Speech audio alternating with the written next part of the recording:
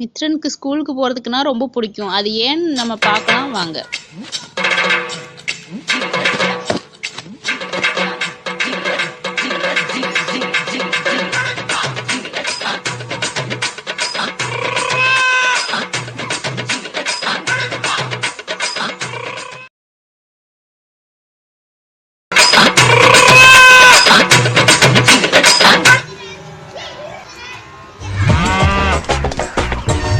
ஐயோ கைப்புள்ள அருவலோட கிளம்பிட்டானே. இன்னைக்கு எத்தனை தலை ஊர்ல போதோ தெரியலையே.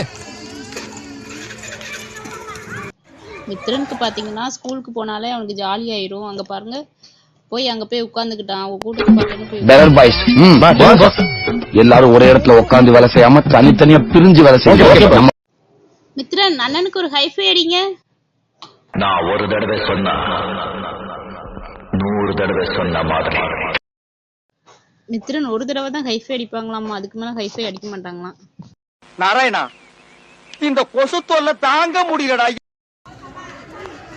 இதுதான் அவங்க ஸ்கூல் முடிஞ்சு வீடியோ எடுக்கிறது. அங்க வீடியோ எடுக்கிறது வந்து அவங்களுக்கே தெரியாது. எல்லாம் நம்புற மாதிரியாங்க இருக்குது.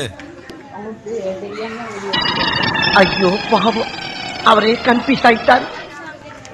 ரித்திகண்ணனை ஸ்கூல்ல இருந்து கூப்பிட்டு வரணும்னு போற சாக்குல அவனுக்கு நிறைய அண்ணாக்கெல்லாம் கிடைச்சிட்டாங்க.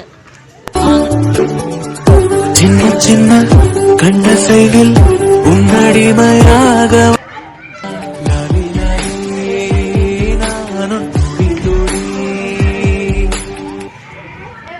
ஸ்கூல் பெல் அடிச்சதும் எல்லாரும் கிளாஸ் விட்டு வெளியே வர்றது பார்த்தோன்னே அவனுக்கு ரொம்ப ஹாப்பி ஆயிரும்.